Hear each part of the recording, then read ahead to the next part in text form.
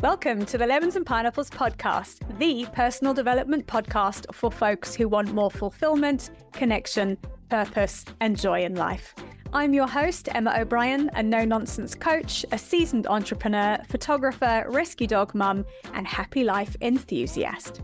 Each week on the podcast, I share tools, tips, and strategies, amazing guest interviews, and uplifting conversations that will help you improve all areas of your life. Let's dive in. Hi folks, a very warm welcome to season 3, episode 11 of the Lemons and Pineapples podcast with me, Emma O'Brien. In this episode, I'm going to be talking to you about why therapy might be keeping you stuck. Before I dive into this is a topic that has been prompted by a couple of conversations I've been having of late. And one of them was, when I'm chuckling, and I shouldn't be because it's not funny. One of them was with a friend and we were talking about this exact topic. And she said to me, she'd had a conversation with somebody she knows who had broken up with her therapist after, wait for it, 10 years. 10 years of therapy. And she's broken up with her therapist. There is something really wrong with this picture, and that is what I want to address in this podcast episode. Therapy, talk therapy is what I'm talking about here, is really, really useful. I'm not diminishing its value at all. I've done talk therapy a few times. It has been a game changer for my life. But talk therapy is not designed to be a permanent fixture in your life.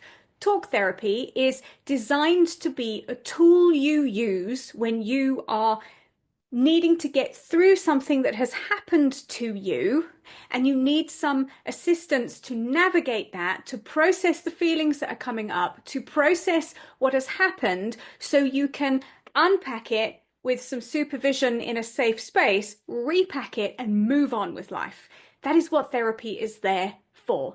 It is not there to be a crutch in your life. And I'm going to talk a little bit more about why this happens. And I think some of this is down to really irresponsible therapists. I'm just going to put that right out there and say it. Coaching is also the same. So there will be coaches out there who have got clients who they have made reliant on them. Coaching also isn't a permanent fixture in your life. It shouldn't be. Both coaching and therapy serve a purpose of helping you go from where you are to where you want to be. The big difference is therapy tends to focus on what's gone before. And I kind of liken it in my mind, if I think of it as a metaphor, as therapy is kind of reaching backwards and rummaging around what's happened in your past to try to make sense of it and to make sense of what's happened in the past that brings you to where you are right now. Coaching says, okay, things have happened to you in the past, but where are we right now? And what do we need to do to get you to where you want to be? So coaching is more forward focused and therapy tends to be more past focused. Both of them are really useful and they both need to be employed in the right way for the right reasons. Let's talk more about that. Here's where therapy is massively, massively helpful. If you have had some sort of trauma, now we've got, I hate to use jargon, sorry, apologies in advance. We have big T trauma, which is acute things happening to you. Somebody dies, you have a sudden job loss, you have an accident. There is something that occurs out of the blue in life. It's a horrible shock and you need to process through that with somebody. That is where therapy is really, really, really helpful. Coaching would come in when you've done the therapy, when you've unpacked the feelings, you've processed through, and you are ready to move forward. So that is when coaching is helpful. But I think a lot of people get trapped in the therapy piece of needing to just keep talking around things. We'll come to that. There's little t trauma, which is no less impactful in life than a big T trauma, but it is a series of events that occur over a period of time that cause you chronic stress and erode your self-worth, self-esteem, your happiness, your joy. And that also is really useful to go to therapy to talk through. So something like chronic stress at work that you can't get away from and you don't quite know how to deal with, you need to just talk that through with somebody. Just having somebody to talk to about it is incredibly powerful, and it can be enough just to shift you forwards. Things like if you have a child who is ill over a period of time, incredibly stressful, and that is somewhere you need to just go and offload how you are feeling and talk that through with somebody. Those are little t traumas. Therapy is really useful. But here's where therapy is keeping you stuck. And there are a few things I'm going to run through here that maybe you can resonate with. Being in therapy for years is, in my opinion, really unhealthy and really unhelpful. And there are several reasons for that. You might be in therapy for years because there's no clear direction and no clear goal for the therapy time. You just go every week and have an expensive conversation about the same thing. And the trouble is with this, when we keep talking about the same thing over and over and over again, especially if it's a negative event, especially if it's got negative connotations, you get stuck in that loop of being a victim, being unhappy, feeling angry, whatever is coming up for you. If you keep talking about it with no clear direction or goal to move you past it or to accept it, let go of it and move on, you just stay stuck there. That's why people end up in therapy for 10 years, because they're still talking about the same goddamn thing. And it makes me really angry, because I think there is a responsibility on the part of a therapist to support someone in making their life better, not support them in keeping them in the same place so they can keep taking the money each week. I know there are brilliant therapists out there, but some of them are not. The second one is you get too comfortable talking about your discomfort. And there is no accountability happening in those therapy sessions where the therapist says, right, we've been talking about the same thing for 4 sessions now. What are you going to do about it? That should be being what is coming up here if somebody is stuck in a loop of talking and talking and talking and talking. I had a coaching client who chose to see me for coaching rather than therapy. She was post-divorce, so she'd gone through the big emotional stage of it and was seeing a therapist, I think, because she kind of thought that was the thing she was supposed to do. And she said to me, I got so angry and so agitated in one session, and then he went, oh, time's up. She said, I left and I drove the wrong way home because I was so filled with rage. Now, that is a session with no direction. That is somebody who has allowed their client to just talk and talk and talk and talk and talk, and there's been no resolution to it. A coaching session will have a clear goal, a clear outcome, and as a coach, it's my responsibility to guide the client through that and make sure I don't have a client who finishes a coaching session feeling worse than they started. It's madness. The third one, and I think this is where the seeing the same therapist for 10 years comes in, is you become dependent on your therapist. And this is massively unethical, in my opinion. I think it's a shocker. If you are in the mindset of I can't make a decision without speaking to my therapist, that therapist has created a dependence. And they are not equipping you with the practical life skills to be able to go and do life outside of a therapy session. You should not be reliant on another person in order to make decisions and in your day-to-day life. If you are spending money on therapy or coaching, those sessions should be equipping you to be able to go out into the world and to be able to cope and to be able to think, here's this tool that I learned in my session. I'm going to apply this now in this situation so I don't keep repeating the same pattern and I don't stay stuck. So I think when people end up in therapy for years and years and years, there's a dependency that's been created there, and it's really, really unhealthy.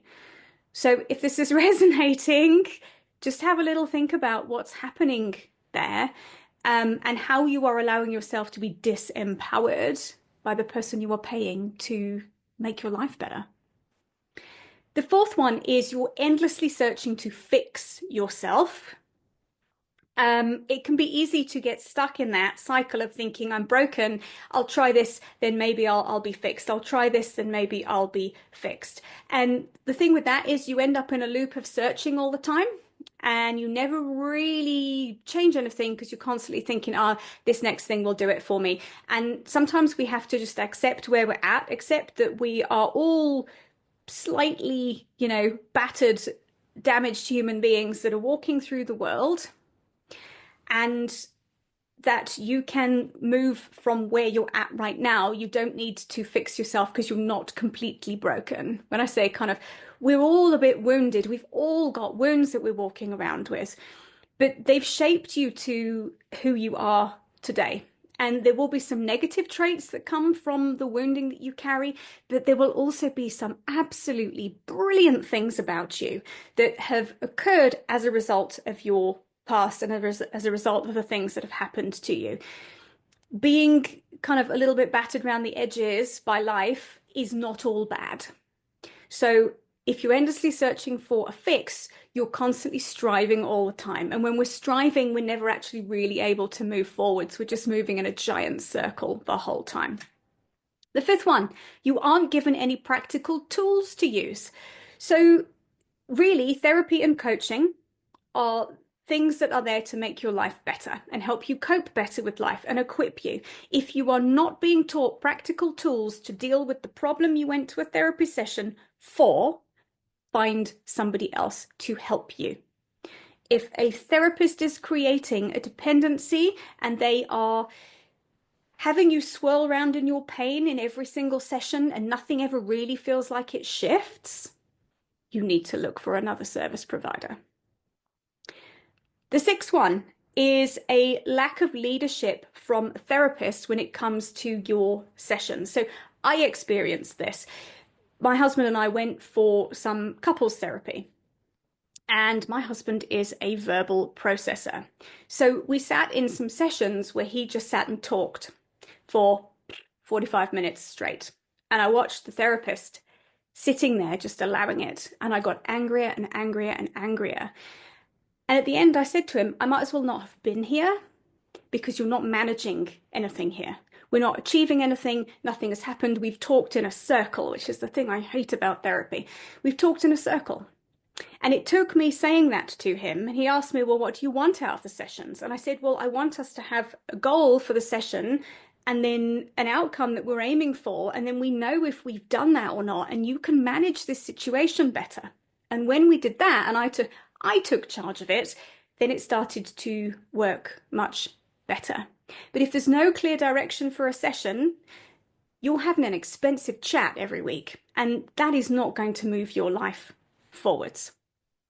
So I will share, I had a very positive experience with therapy back in 2012. I left an emotionally abusive relationship in February 2012, and it was quite a big thing. I had to leave the house whilst he was at work and pack all my stuff because I was terrified of him and find alternative places to live. It was a whole little saga that I'm not quite sure how I made it through, but anyway, I did. And about a week after I'd finished that and moved into my new place, I was going to do a photo shoot with two Rottweilers, and I got attacked by the two Rottweilers. I ended up with 15 stitches in my face, 2 stitches in my arm, and a remodeled left buttock. Let's just put it this way, if I was a bikini model, it would have ended my career. And I went to go and see a therapist after that. So there's a big T trauma and a little t trauma combined, and I went to go and speak to a therapist.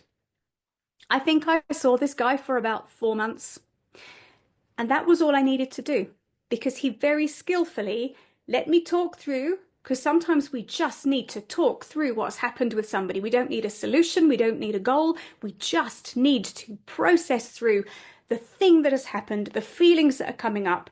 And you might need 2 or 3 sessions with a therapist to just talk through what is coming up for you. Maybe it's a few more than that. I like to work quickly. But you don't need to be talking it through for a year. That doesn't help you move forwards with life. What you need to be doing is processing through what's happened, and then you go, okay, we've processed it. Now what? Is the big question that should be being asked. Now what? Where do we go from here? How do I move forwards with my life with the stitches in my face and all of the trauma that's happened? It was like a huge, shocking life event. But 4 months of therapy was enough because we got it done, because I used it and the therapist used it in the way it is designed for short-term guidance to get through something difficult, not a lifelong reliance. So now that we've smashed therapy into the floor and pulled up all its flaws, what's the alternative? Because I think what's happening in the world is people are stuck in therapy when actually what's needed is coaching. So there is a fine line between coaching and therapy.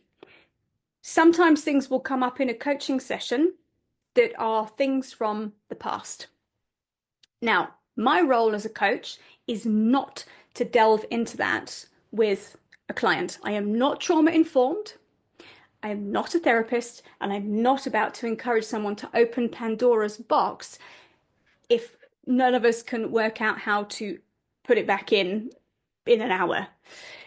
I would rather refer someone and say, do you know what? You've obviously got a lot of stuff coming up here. Please go and talk to your therapist or find a therapist to go and talk to about this for a few sessions, not for 10 years. And then we can move on with something else in the meantime.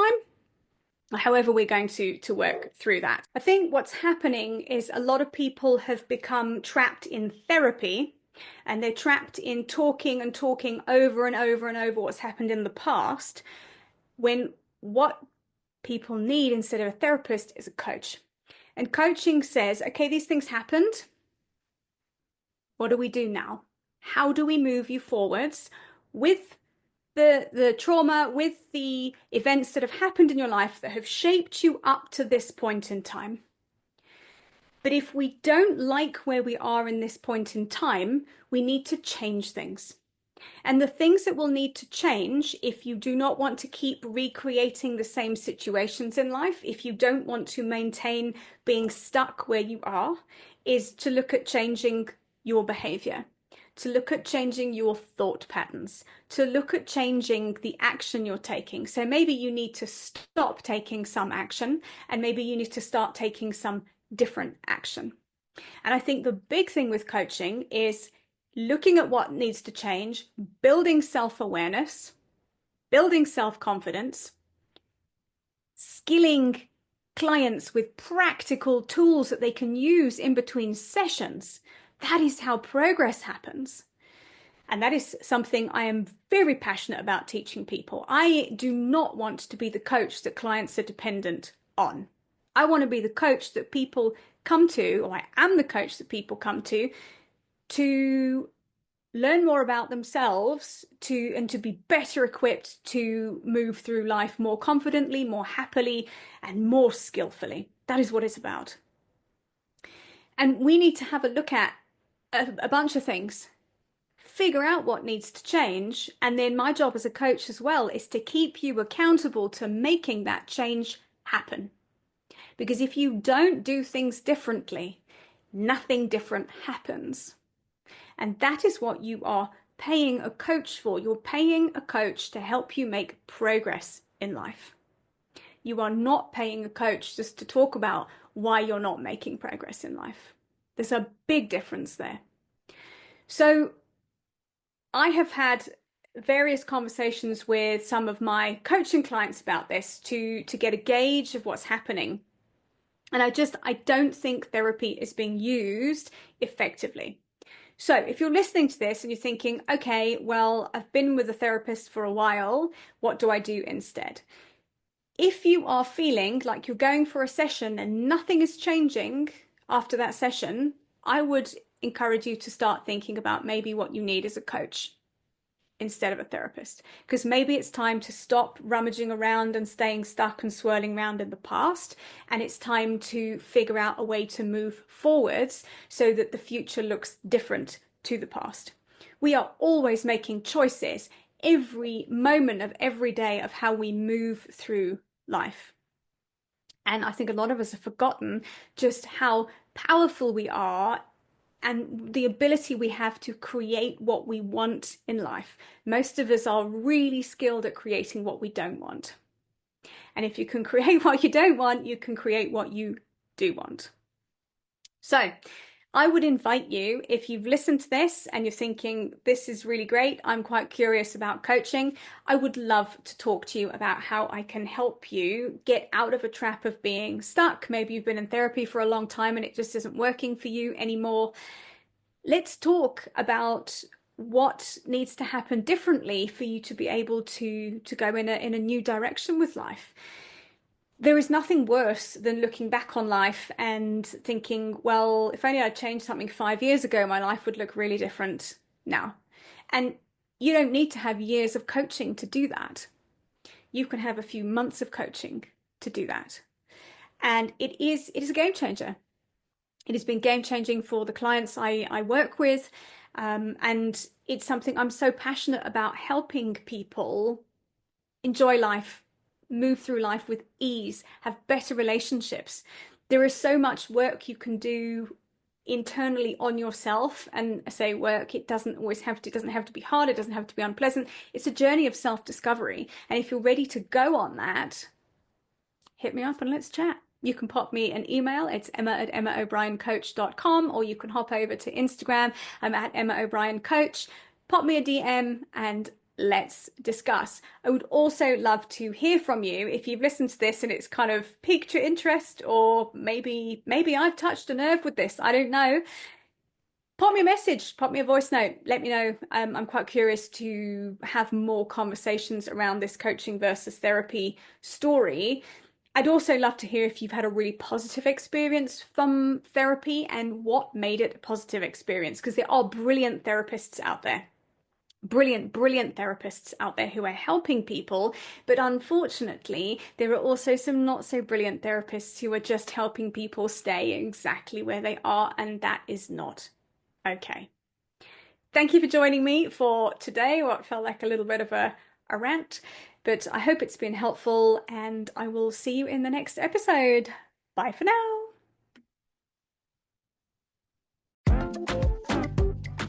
Thank you for listening to today's episode. If you've enjoyed it, please leave me a 5-star rating and a review, and make sure you share this episode with a friend who you know will also enjoy it. I'd love to connect with you on Instagram. Please drop me a DM and say hi at Emma O'Brien Coach. And for more information about coaching with me, please head to my website, which is emmaobrien.coach.com.